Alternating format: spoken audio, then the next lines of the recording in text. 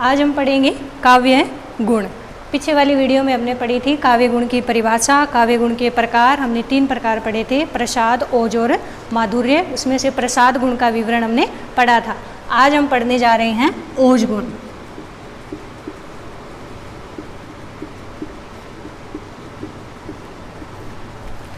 ओज का मतलब होता है उत्साह,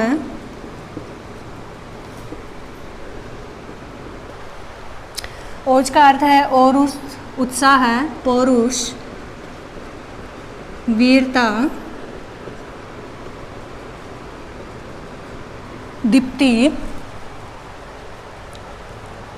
अब उत्साह जो है वो होता है वीर रस का स्थायी भाव। तो ओज गुण में वीरता परक जो रचनाएं होती है उनमें गुण होता है ओज गुण। इसकी परिभाषा में हम कह सकते हैं ऐसी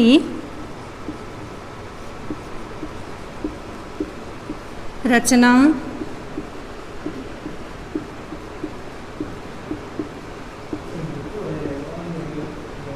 जिसे पढ़कर मन में उत्साह, पौरुष, वीरता की भावना जागृत हो, वहाँ ओज गुण होता है।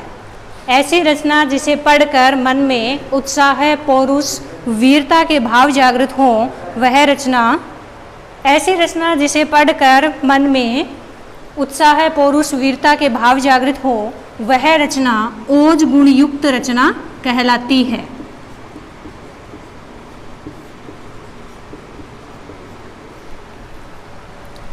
ऐसी रचना में तय वर्ग का अधिक प्रयोग,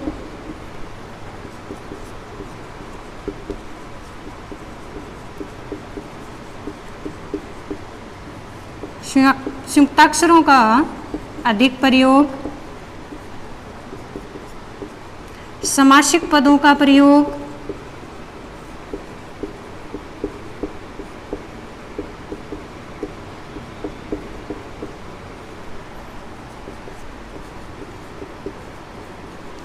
रेफ वर्णों का प्रयोग,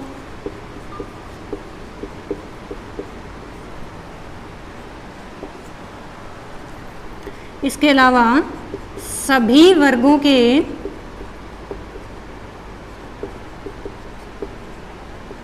प्रथम व द्वितीय वर्णों का संयोग, जैसे कच्छ, तुच्छ। यानी ओज गुण में ऐसे शब्द आते हैं जब वर्गों के प्रथम और द्वितीय वर्णों का संयोग होता है, जैसे हम कह सकते हैं कच्छ और तुच्छ। इसके अलावा वीर, विभत्स, रौद्र आदि रसों में भी ओज गुण का प्रयोग होता है। यानी जो रचनाएं वीरपरक होगी उनमें गुण कौन सा होगा? ओज गुण होगा। हम एक बार फिर से देखें तो ओज का मतलब है उत्साह, पौरुष, वीरता। तो ऐसी रचना जिसे पढ़कर मन में ओज, उत्साह, वीरता, पौरुष के भाव जागृत होंगे, वो रचना कहलाएगी ओज गुण युक्त रचना। इसके अलावा इसके कुछ लक्षण हैं जिससे इस गुण को पहचाना जा सकता है।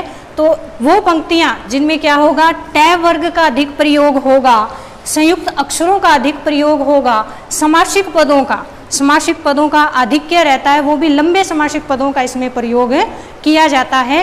रेफ वर्णों के प्रयोग का मतलब है रे का प्रयोग होता है, वो किसी वर्ण के ऊपर हो सकता है या किसी वर्ण के नीचे हो सकता है। इस प्रकार के वर्णों का प्रयोग जब होता है तो वो रचना कहलाती है ओज गुणयुक्त रचना। इसके नीचे हमने किया है वीर, विभत्स, रौद्र। वीर, विभत्स, रौद्र, इन रसों की जो रचना होगी वो रचना भी क्या कहलाएगी? ओज गुण युक्त रचना कहलाएगी। अब हम इसका एक उदाहरण देखते हैं। अब हम देखते हैं ओज गुण का उदाहरण। उदाहरण में देखिए, देशभक्त वीरों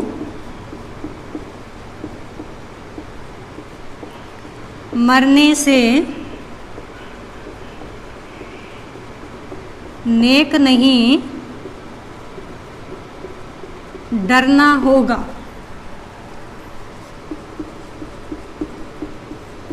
प्राणों का बलिदान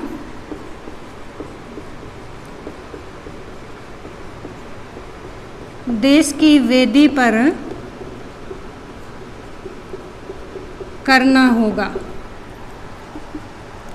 अब हम इस पंक्ति में देखते हैं ओज गुण के लक्षण कैसे हैं। तो ये पंक्ति है, देशभक्त वीरों मरने से नेक नहीं डरना होगा, प्राणों का बलिदान देश की वेदी पर करना होगा।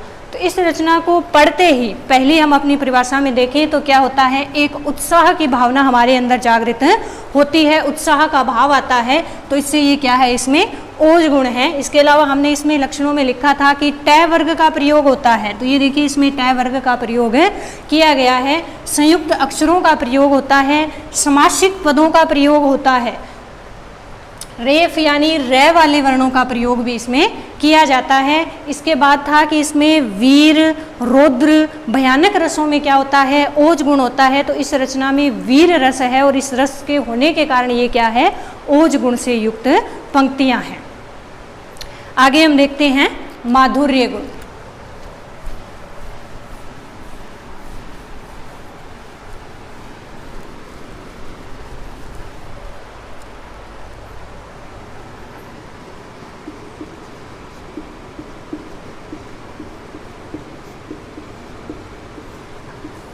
माधुर्य गुण नाम से ही स्पष्ट है। देखिए इसमें जो मूल शब्द है वो है मधुर, और मधुर का मतलब होता है कोमल।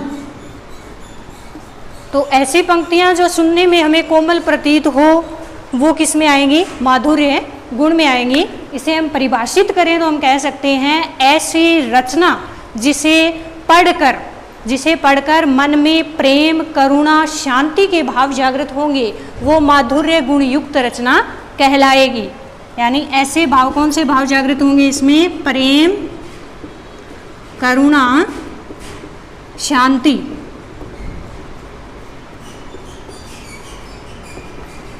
ये भाव जागृत करने वाली रचना किससे होगी, माधुर्य गुण से युक्त होगी। इसके अलावा हम कह सकते हैं कि ऐसी रचना जो चित्त को आनंद से भर दे, आनंदित कर दे, वो रचना क्या होगी, माधुर्य गुण से युक्त होगी। अब हम इसके लक्षण देखें तो ये ओज गुण का विपरीत है। ओज गुण में हमने पढ़ा था कि इसमें संयुक्त अक्षरों का आधिक्य होता है।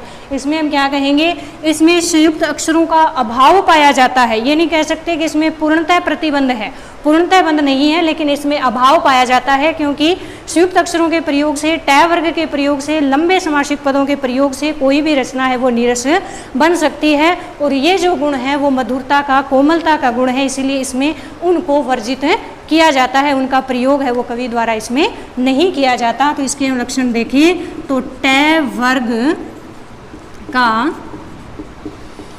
प्रयोग कम होता है। इसके अलावा देखिए तो संयुक्ताक्षरों का अभाव,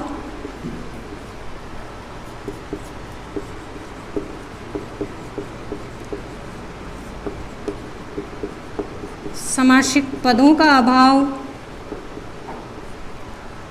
और जिस प्रकार हमने ओज गुण में किए थे वीर, रौद्र और भयानक रस, उन रसों में तो हमने किया था ओज गुण, उसी प्रकार जो ये माधुर्य गुण है इसके भी अपने रस हैं जिनमें माधुर्य गुण का प्रयोग होता है।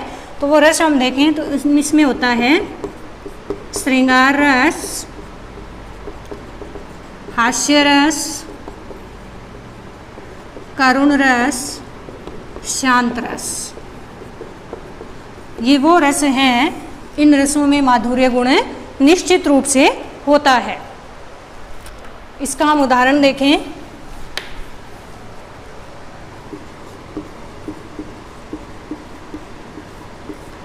इसके उदाहरण में हम देखते हैं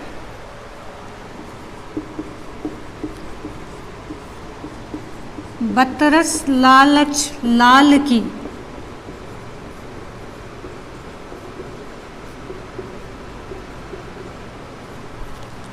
मुरली धरी लुकाए।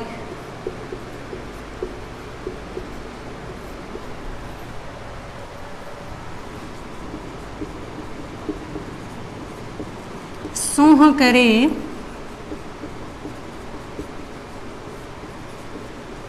बोहनी हंसे देन कहे नटी जाए।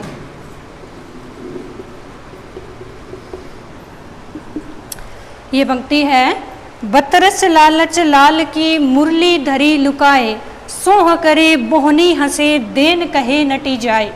अब इसमें हम पहले तो ये देखते हैं कि इसमें संयुक्त अक्षरों का अभाव है, संयुक्त अक्षरों का प्रयोग इसमें नहीं किया गया है, लंबे समासिक पदों का प्रयोग भी इसमें नहीं है, तो निश्चित रूप से इसमें ओज गुण तो अब नहीं है। अब इसमें माधुर्य गुण कैसे है? माधुर्य गुण में हमने पढ़ा था कि इसमें कोमल मधुर रचना होती है, तो इन पंक्तियों को पढ़ते ही इसका एक साधारण सा अर्थ है, कोमलता है, उससे हम इसका अर्थ ग्रहण कर सकते हैं। इसके अलावा हमने रस पढ़े थे, श्रृंगार रस, हास्य रस, करुण रस और शांत रस, जिनमें क्या था? माधुर्य गुण था। और ये जो पंक्तियां हैं इनमें कौन सा रस है? इनमें रस है श्रृंगार रस। श्रृंगार रस का क्या मतलब होता है? श्रृंगार रस में नायक और नायिका के मिलन या विरह का वर्णन किया जाता है। अगर मिलन का है तो वो संयोग श्रृंगार है, और अगर विरह का, उनके बिछड़ने का वर्णन है तो वो वियोग श्रृंगार है। इन पंक्तियों में श्रृंगार रस होने के कारण और इसकी कोमलता के कारण इसमें कौन सा गुण है? इसमें माधुर्य। तो इसमें क्या है? श्रृंगार रस है।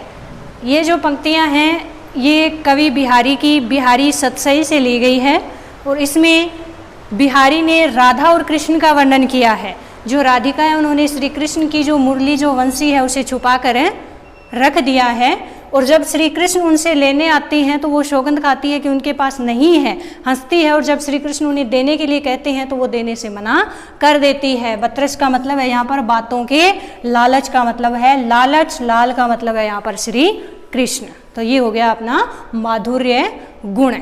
3 गुण पढ़ लिए हमने। काव्य गुण का मतलब हो गया रस का उत्कर्ष करने वाले तत्व क्या कहलाते हैं? गुण कहलाते हैं। और गुण के प्रतिष्ठापक जो आचार्य थे उनका नाम पढ़ा था हमने आचार्य वामन। वामन के ग्रंथ का नाम पढ़ा था हमने काव्यालंकार सूत्रवृत्ति।